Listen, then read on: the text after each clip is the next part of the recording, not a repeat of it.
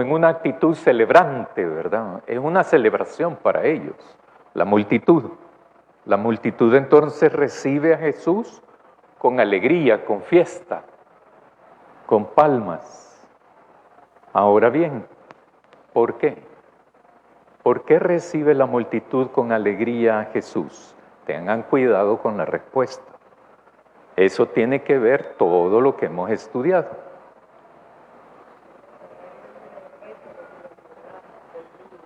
Exactamente. Para ellos, ¿por qué reciben con tanta alegría? Porque para ellos, para esa multitud, Jesús era el rey. Ah, pero ¿qué rey? De Israel. ¿Y el que iba a hacer? Liberarlos. ¿Cómo? Exactamente. Del yugo de los romanos.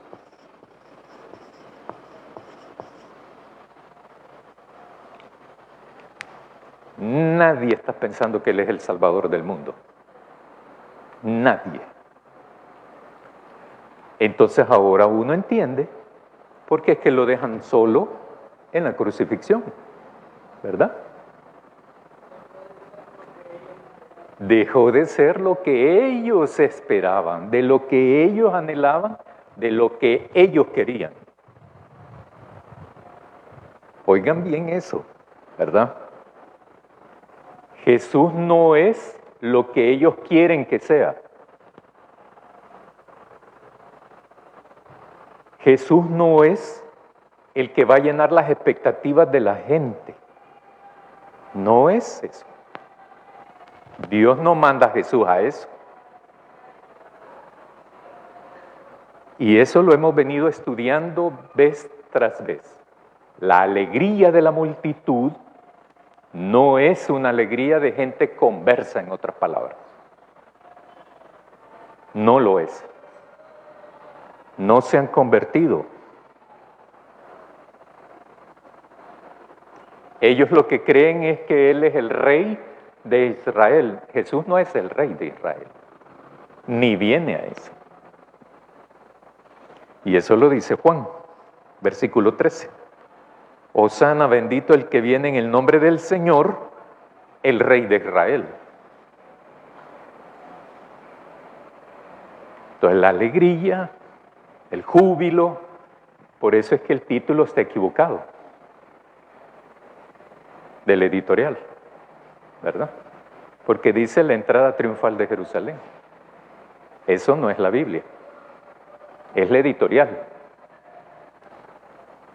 El rey de Israel que va a liberarlos del yugo de los romanos. Eso lo ha dicho también anteriormente.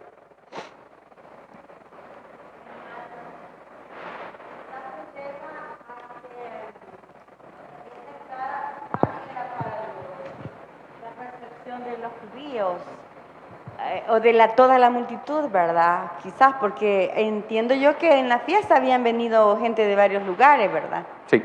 Entonces, de triunfo era para ellos. El Hosana, sálvanos, era de ellos. La fiesta es una fiesta judía. Sí, yo sé. ¿Para quiénes?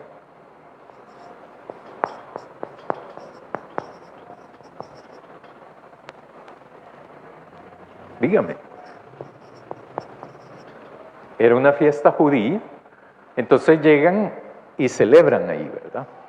Ajá. Por eso, pero lo que me quiero enfocar es en eso. Yo sé que es una fiesta judía, Sí, pero sí. dice que llegan de otros lugares, ¿verdad? Sí, Supongo sí, yo, sí. Los de la judíos, y diáspora. pudiera ser que no Sí, judíos, sí. ¿verdad? Sí, sí, sí. Lo que le quiero decir es que quizás el epígrafe del documento se deba a que es la entrada triunfal, no del Señor Jesús, si lo ve humanamente. Sí. Pero si se evoca a Zacarías, usted va a entender que es la entrada triunfal porque va a entrar en manso pollino. Sí. Vaya.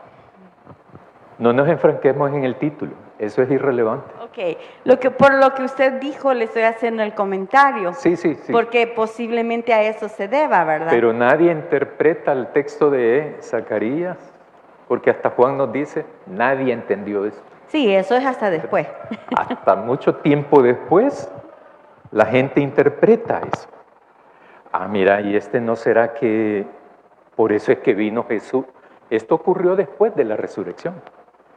O sea, cuando Juan escribe, es mucho tiempo después de la resurrección. Y entonces por eso es que Juan tiene mucha información ya después. Pero en el momento, lo dije hace 15 días, nadie andaba con Juan, Marcos, Lucas, Mateo, no andaban con un texto, ¿verdad? Anotando cada cosa que decía Jesús, nadie de ellos, nadie. Eso fue tiempo después, décadas después. Por eso es que los evangelios no son biografías de Jesús, no lo son. Ahora, entonces la multitud tiene esto. Como dice la hermana Rosibel, es cierto. Venían judíos de la diáspora. ¿Perdón? Algunos a los que se les llamaba griegos, por lo que vamos a ver ahora, pero también se les llamaba griegos porque hablaban griego, porque traían esa cultura griega, porque vivían en ciudades griegas, de dominio romano, pues, ¿verdad? Entonces, y también eran judíos que vivían en Palestina. Estos son los que vienen aquí a la fiesta. Esto es lo que vamos a ver ahora, que vamos ahí a ese texto ahorita, versículo 20, por favor. Había ciertos griegos entre los que habían subido a adorar en la fiesta. Ambos, esta fiesta supuestamente era una fiesta judía. Por decirlo, para explicar nada más, no era cristiana ni nada de eso. Era judía, era de la religión judía. Por lo tanto, los que venían aquí eran los que creían en Dios.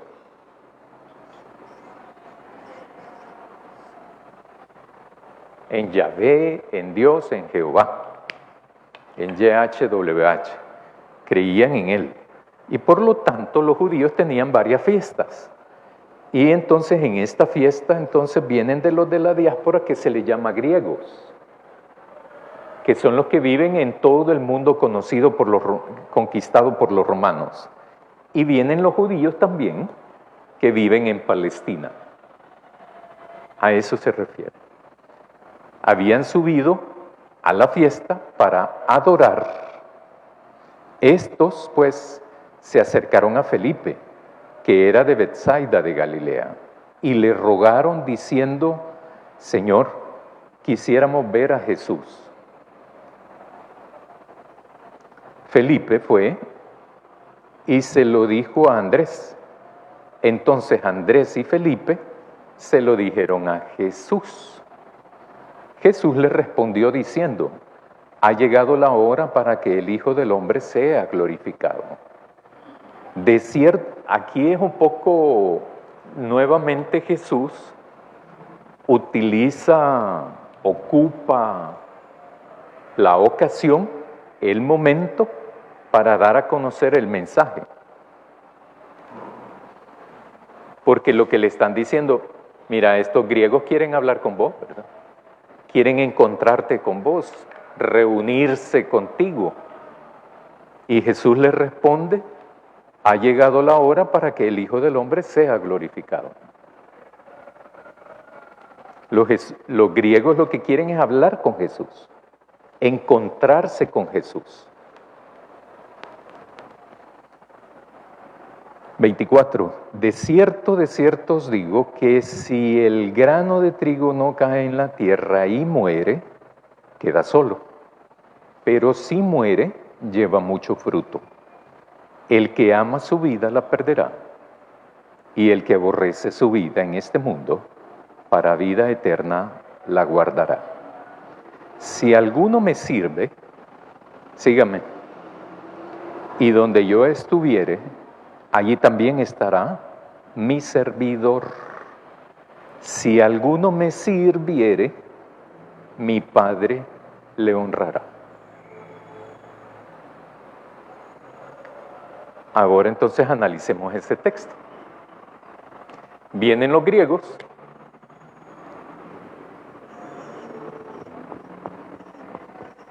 posiblemente estos griegos son de los que se llaman diáspora, ¿verdad? Yo digo diáspora también porque eran, en esa época no en esa época, sino anteriormente se le llamaban los de la dispersión, ¿verdad? Pero el término diáspora uno lo dice y ya todos nos ubicamos qué es, ¿verdad? Los salvadoreños de la diáspora vienen de Suecia, Holanda, Estados Unidos principalmente, Canadá, Inglaterra. ¿Dónde no hay salvadoreños? Arabia Saudita, Qatar, Taiwán, ¿cómo? China. Sí. Ahí, ¿dónde no hay salvadoreños, pues? Entonces, porque venimos más o menos de 140 años de venir dispersos, los salvadoreños. Esto de cómo comienza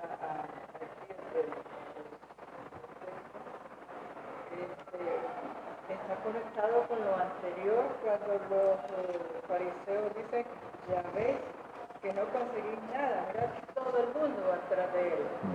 Entonces nos conecta con eso. Sí. Muy bien. La hermana Ana me está diciendo de que eso tiene que conectar el versículo 20 con el 19. Cuando los fariseos dicen entre sí, ¿verdad? No muy contentos, dicen, ya ven, que no conseguimos nada. Mirad, el mundo se va tras de él. Porque estos vienen del mundo conocido. No solo de Palestina. Bueno, estos no son de Palestina, estos han llegado a Palestina. Pero lo que están diciendo los fariseos es que Jesús se está haciendo muy internacional, pues. Muy de mundo, geográficamente hablando. Y lo está conociendo la gente de diferentes regiones. Y tienen razón, ¿verdad? Los fariseos tienen razón. Porque eso lo vamos a ver en el libro de los Hechos. Porque en el libro de los Hechos hay mucha gente que ya conoce de Jesús, ya ha oído hablar de Jesús, antes que los apóstoles y los discípulos de Jesús lleguen, en algunas regiones. Bernabé es uno de ellos. Entonces sí tiene mucha conexión, porque estos griegos no son de Grecia, son judíos. O sea, de la religión, ¿verdad? Judíos que se dispersaron. Especialmente lo que más provocó la dispersión fue en el año 70 después de la resurrección de Jesús. ¿Saben qué ocurrió ahí?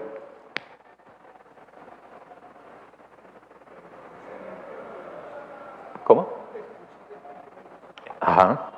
Es la represión del Imperio Romano al pueblo judío. Entre eso destruyen el templo. Porque como el templo era lo sagrado para ellos, pues, ¿perdón? Era un imán. Y también era algo ideológico. ¿Te destruyen donde tenés la fe? ¿Sí? Exactamente.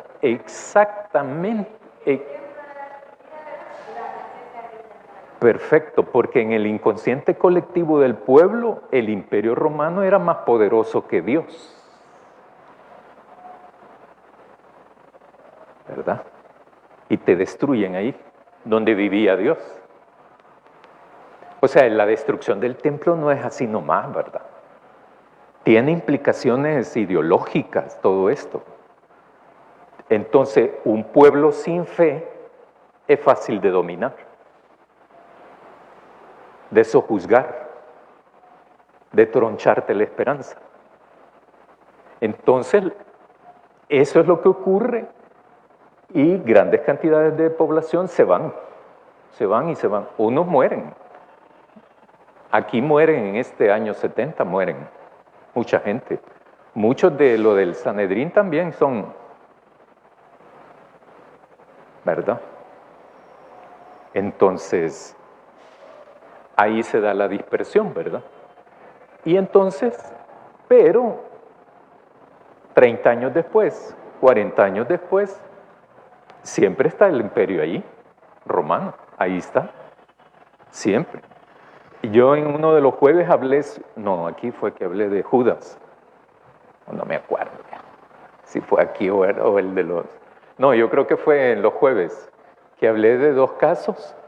Cuando dice uno del Sanedrín, no se preocupen, si es de Dios va a prevalecer, y si no, se va a destruir esto. Así le ocurrió a fulano de tal y a sutano. Y entonces, ya es los... Y dicen, Judas es uno.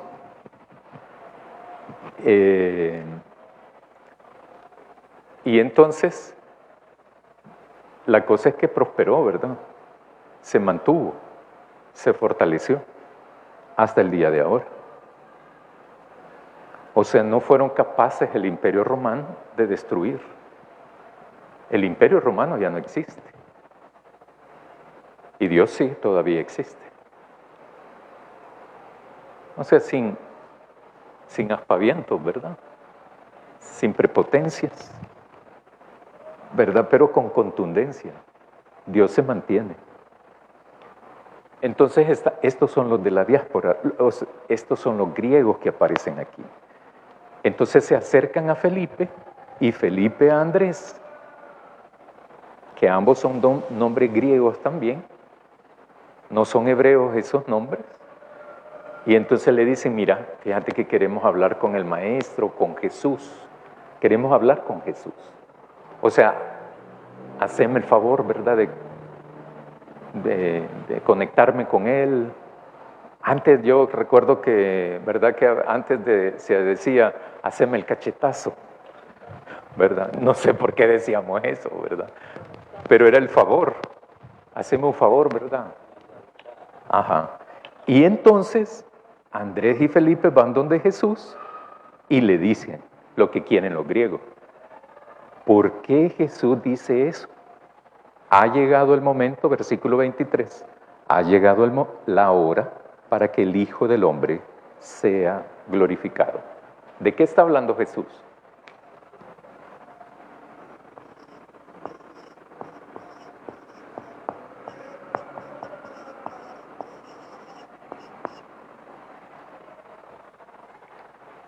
¿De qué?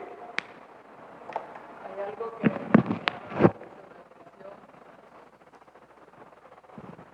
me llama la atención que los griegos se dirigen a Felipe, pero Felipe no se atreve a ir él solo a hablarle a Jesús lo que quieren de decirle lo que quieren los griegos. Entonces se lo comunica también a Andrés, que creo que son de la misma ciudad, Andrés con Felipe. Entonces ya se animan a ir los dos, pero después de ahí ya los griegos ya no aparecen en ningún momento. Y me llama la atención también que aquí Juan no nos dice si Jesús salió a recibirlos a los griegos o no, pero la respuesta que da Jesús acá es ha llegado la hora para que el Hijo del Hombre sea glorificado. Como me da la impresión como que estos griegos llegaban buscando a Jesús como para convertirse. Entonces, porque estos griegos son de la diáspora, son gentiles, digamos. Entonces ellos, como que Juan está dando a entender aquí, como que ellos van a ser alcanzados por lo que sigue después. Entonces Jesús, por eso, a partir de ahí, él dice, ha llegado la hora para que el Hijo del Hombre sea glorificado. Y entonces, a partir de ahí, Jesús, vamos a ver que, aquí en Juan también, que su intervención es que ha llegado la hora. Antes decía, no ha llegado mi hora, pero hoy sí, ya dice, ha llegado mi hora. Perfecto.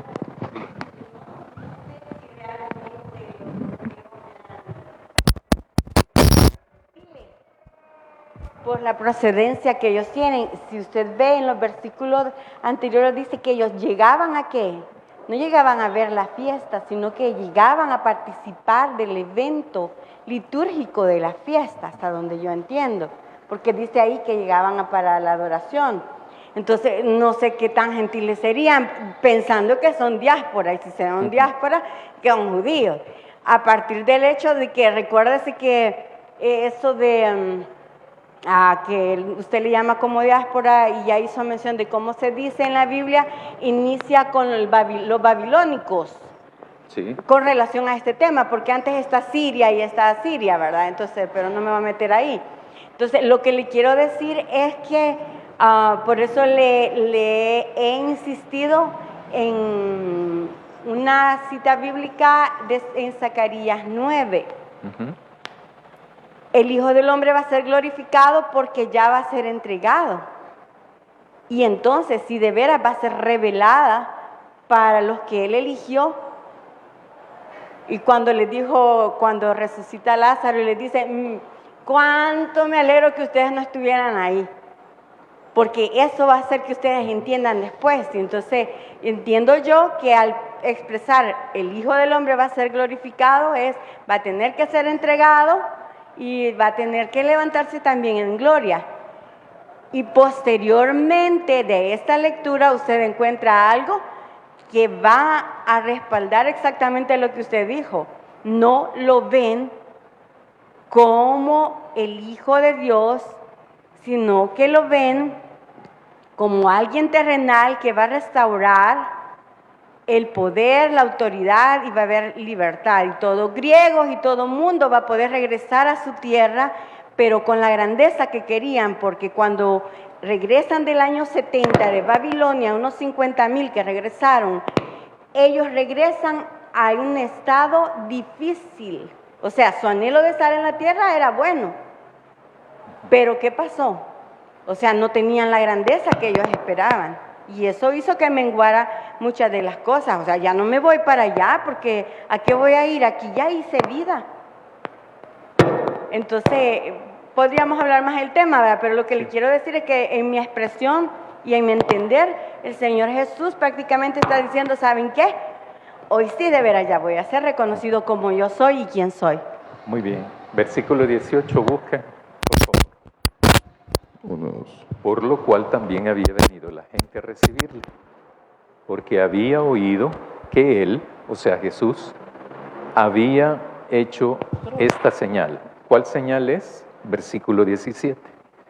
Y daba testimonio a la gente que estaba con él cuando llamó a Lázaro del sepulcro y le resucitó de entre los muertos.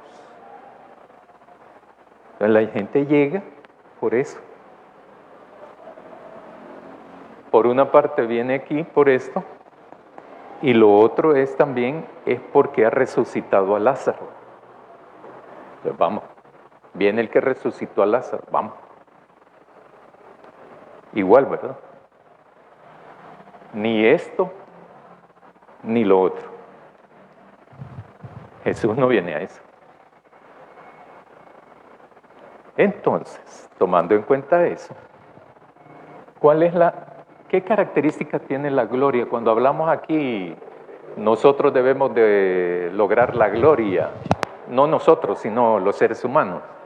Términos seculares, dijéramos. ¿Cuál es la gloria humana? ¿Qué características tiene? Poder. Esto se aplica mucho en los ejércitos. ¿Cómo? Reconocimiento.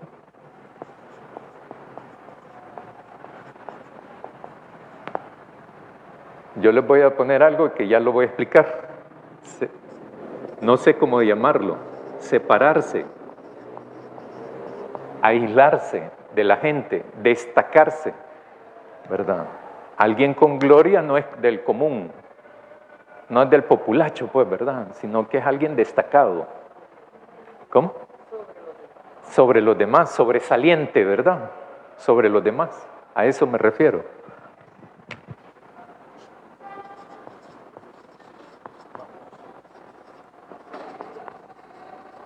Famoso. ¿Cómo? Sí, sí, busca la fama. La gloria humana busca la fama. Y eso significa el reconocimiento, ¿verdad? Poder, reconocimiento sobre los demás, famoso, eso es lo que... ¿Y la gloria de Dios? ¿Cómo es? Ya vamos a contestar eso, porque eso tiene que ver con el texto de ahora. El Hijo del Hombre, ya viene la hora, ha llegado la hora. Como decía la hermana Ana, Jesús había estado, no es mi hora todavía, la hora no ha llegado, pero aquí dice, ha llegado. O sea, la hora es hoy, es ya. No quiere decir que va a durar 1 hora, 5 minutos, 24 horas, no dice eso.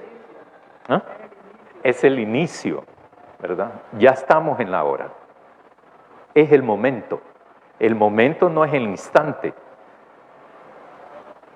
¿verdad? Entonces Jesús dice, ha llegado la hora en que el Hijo del Hombre sea glorificado. ¿Qué gloria es? ¿Cuál es la glorificación de Jesús?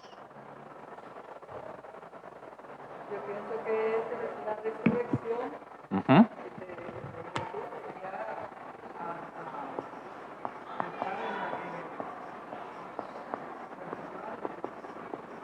Muy bien. Dice la hermana Ana, es la resurrección.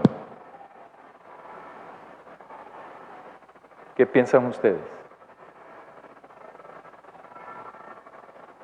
Díganme. ¿Querés esto? ¿Por qué no?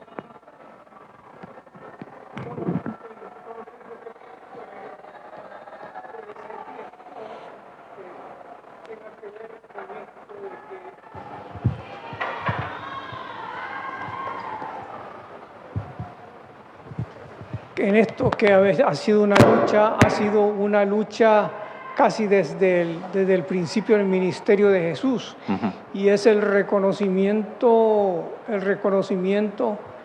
de que es hijo de Dios.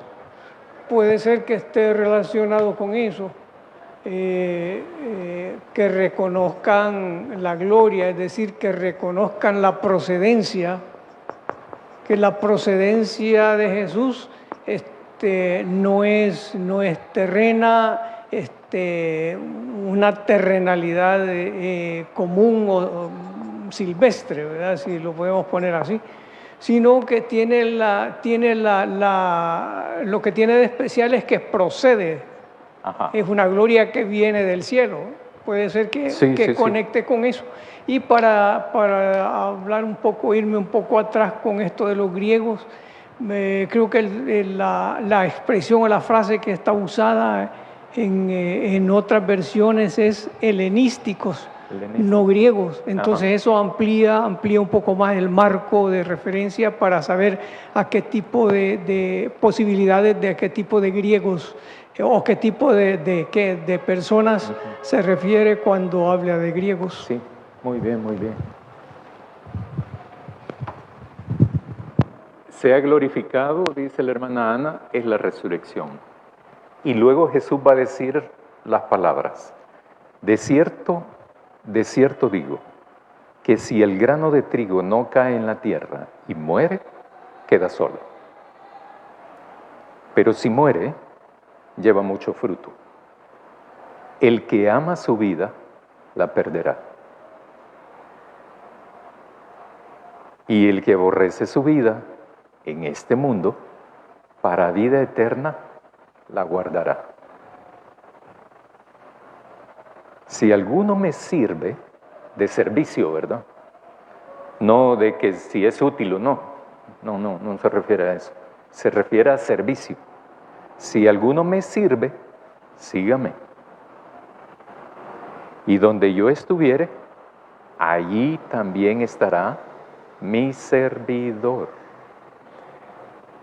O sea que si no servimos a Dios, no vamos a estar con Dios. ¿Cierto? Si alguno me sirviere, mi Padre le honrará. O sea que si no servimos a Jesús, el Padre no nos va a honrar. ¿Queda claro eso? No sé por qué le damos tanta vuelta al asunto, ¿verdad? Es claro. La resurrección es posible porque hay muerte. No hay resurrección sin muerte. Y nadie muere si no tiene vida. Lo que está planteando Jesús aquí es precisamente esto es la glorificación. La glorificación viene de la resurrección, por supuesto, que nadie puede resucitar a nadie, solo Jesús no se resucita a sí mismo. Ustedes lo saben, ¿verdad? Es Dios quien lo resucita a Jesús. Pero no hay resurrección sin muerte. Y no hay muerte si uno no tiene vida. Ahora bien, y Jesús entonces le plantea a esta gente, ¿verdad? Y le dice, si alguno de ustedes, mejor lo leo, ¿verdad? El que ama su vida, la va a perder.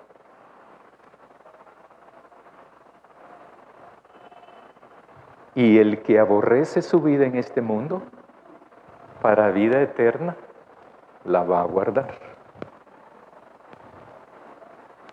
Y luego habla del servicio. ¿Del servicio a la gente? No, a Dios, a Jesús. Todo esto tiene que haber, toda la fe cristiana, la fe en Jesús, la fe en Dios, tiene que ver con un actuar. Esto no es cuestión de teoría.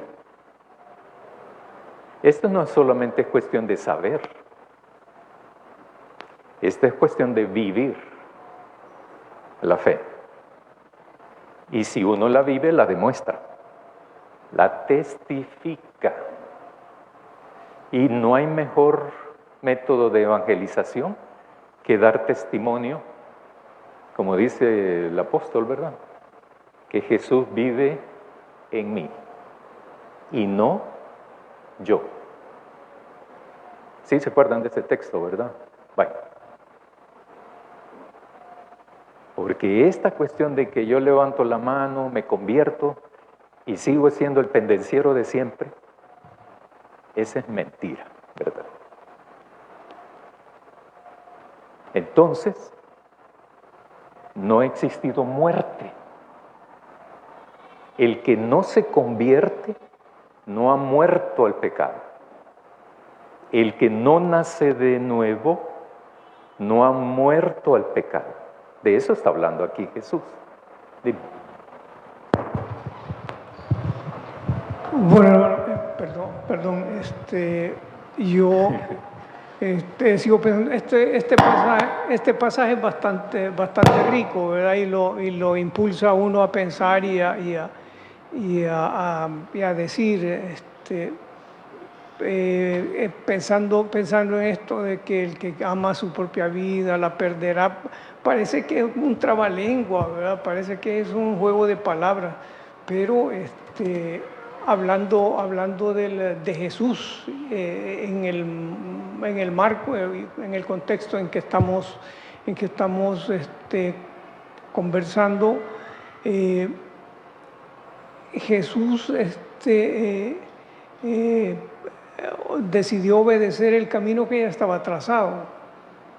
Es decir, en un momento él dijo, miren, no, que padre, si es posible que no pase por eso, no quiero pasar. Pero al final, cuando llegó la hora, él tuvo que tomar la opción y la decisión. En este sentido, amar la propia vida en la mía, significa vivir de manera más pensando en mi proyecto que en el proyecto para el cual fui llamado. Ambas cosas tienen validez, pero cuando a mí personalmente me llega la hora de tomar opciones y de decidir, porque a uno personalmente se le llega su hora en el que tiene que decidir. A Jesús le llegó la hora en que tenía que optar por el camino diseñado ya por el Padre.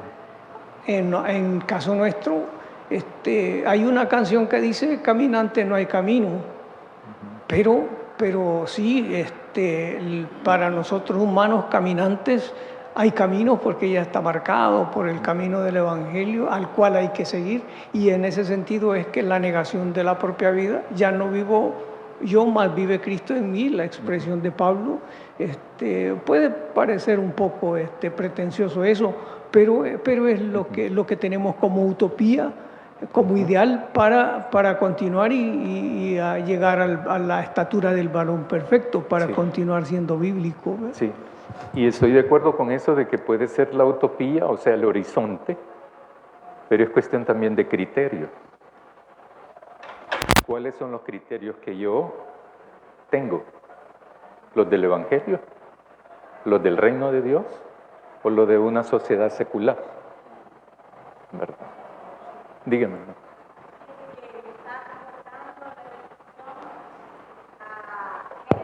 4:7, cuando Caín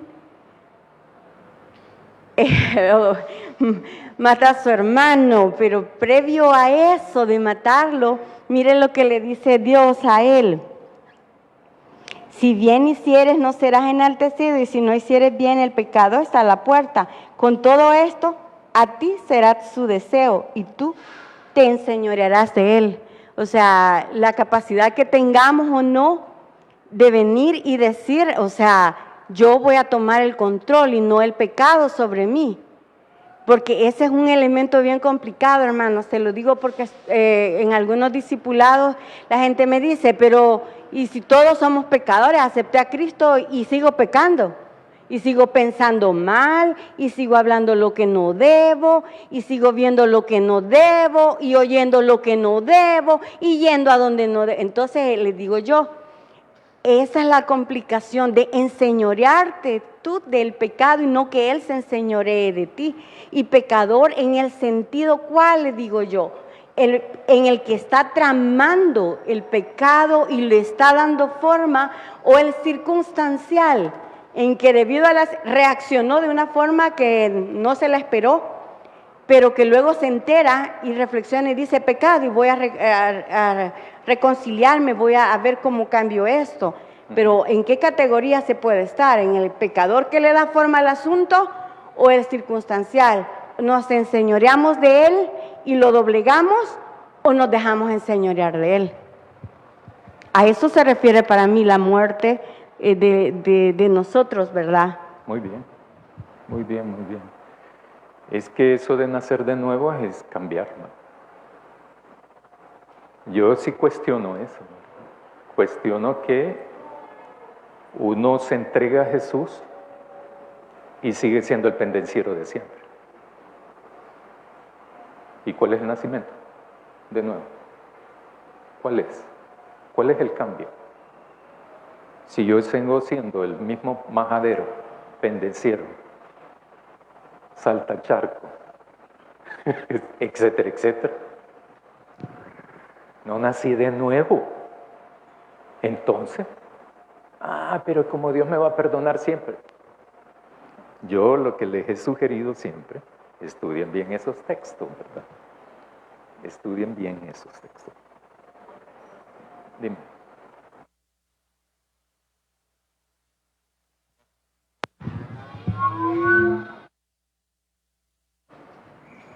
Perdón que hablo mucho, pero estas cosas a mí me hacen pensar y me hacen recordar, porque el problema es a veces de traducción, porque el problema es que la Reina Valera, la palabra griega metanoia la traduce como arrepentimiento.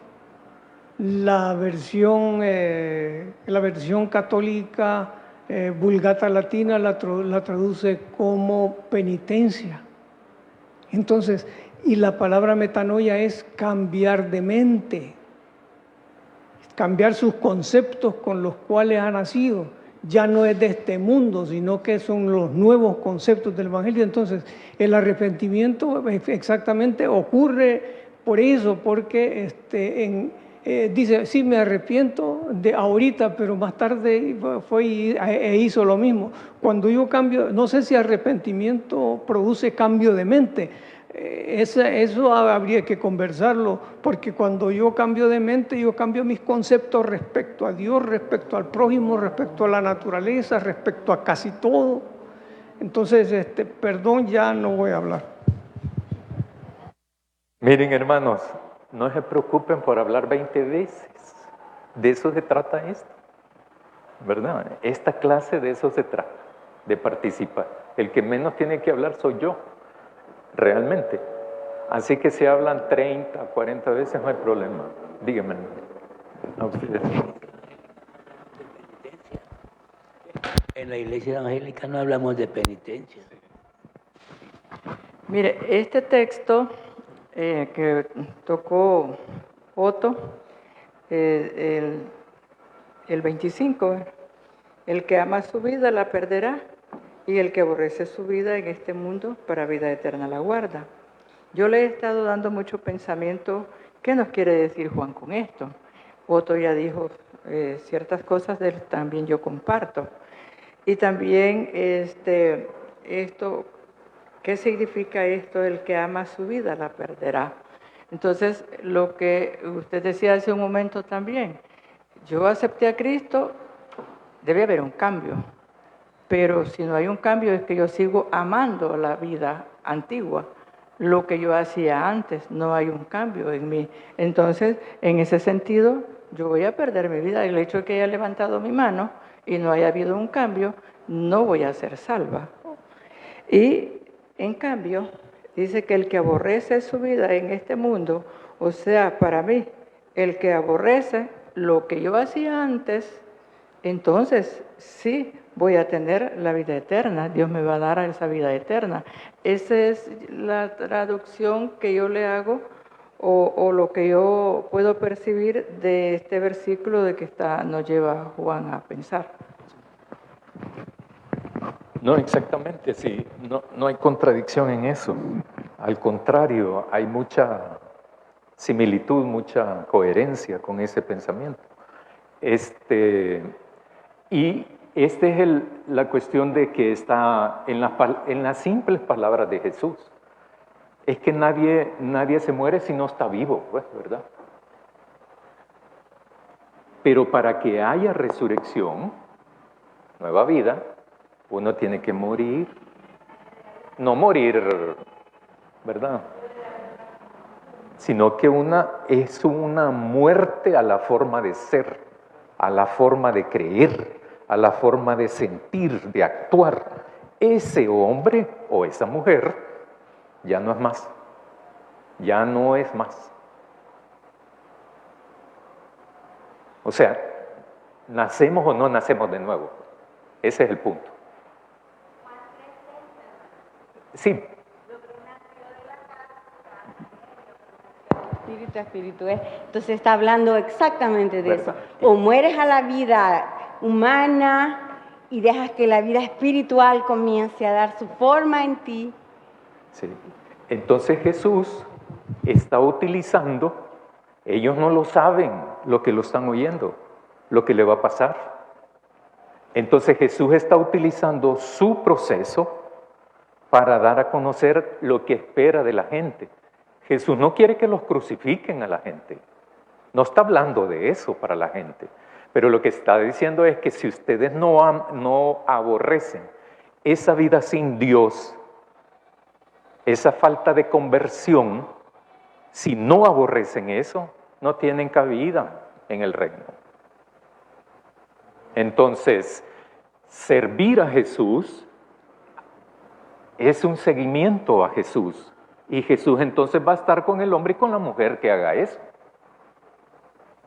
¿Quiénes son estos? Los que le sirven. No los que le son útiles. No se refiere a eso. Se refiere al servicio, que le llamamos popularmente servicio cristiano. Si alguien sirve a Jesús, Dios lo honrará.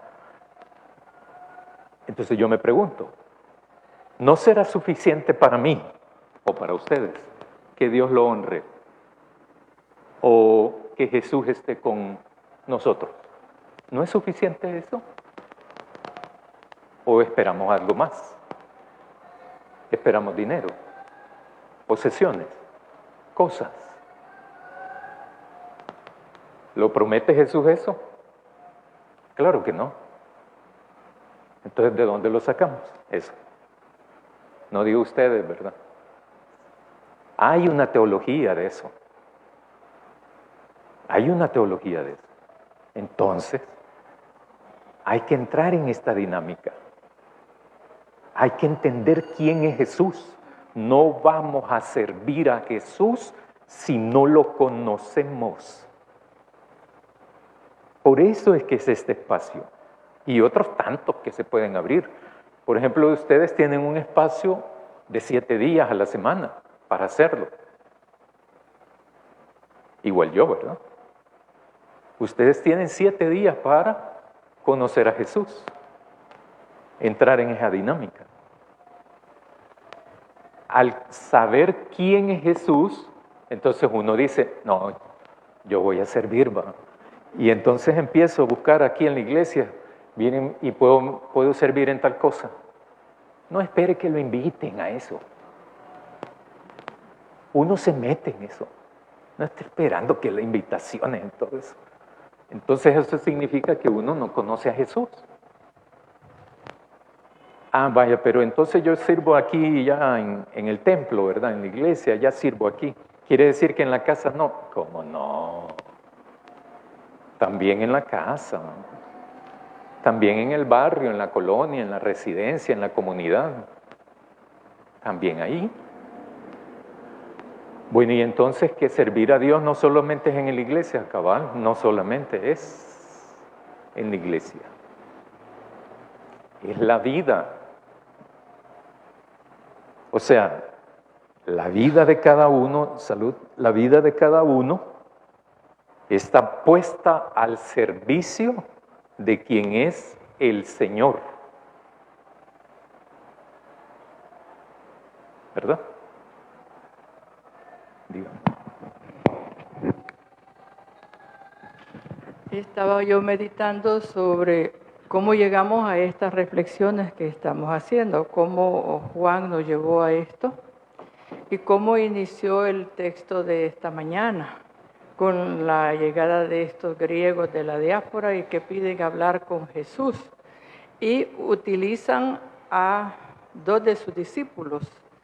Entonces, como que Jesús estaba en un lugar en donde los griegos no podían llegar y en cambio sus discípulos sí. Entonces me lleva a pensar en esa pared que derribó Jesús con su muerte y su resurrección, en donde todos tenemos acceso directamente a Jesús. Por eso él, la respuesta que da, no nos dice Juan si lo recibió o no lo recibió, pero Jesús quizás conocía la intención de estos griegos, y entonces él empieza a desarrollar todo esto ya de su muerte, sus sufrimientos, su muerte, su resurrección, que para mí eso es ya recibir ya la gloria de Dios, de su Padre. Sí. Muy bien. Ahora bien, esta es la multitud que le grita, que está alegre, está de fiesta, corta palma, ¿verdad? Y toda la parafernalia que hacen para recibir a Jesús. ¿Ustedes piensan que esta multitud es la que tiene este conocimiento? No lo tiene. Por eso es que se le van. Porque Jesús va para una parte y la multitud va en dirección contraria. Esta gente no conoce a Jesús. Por eso es que tienen ideas equivocadas de Jesús. Entonces, hay que reflexionar en eso y seguimos el próximo domingo. Lean el Evangelio, pero si pueden, vayan empezando a leer Job. Oremos, hermanos y hermanas. Querido Dios, te damos las gracias porque nos invitas a servirte. Nos invitas a servirte, a conocerte, a servirte, para poder entonces comprenderte y así obedecerte. Amén.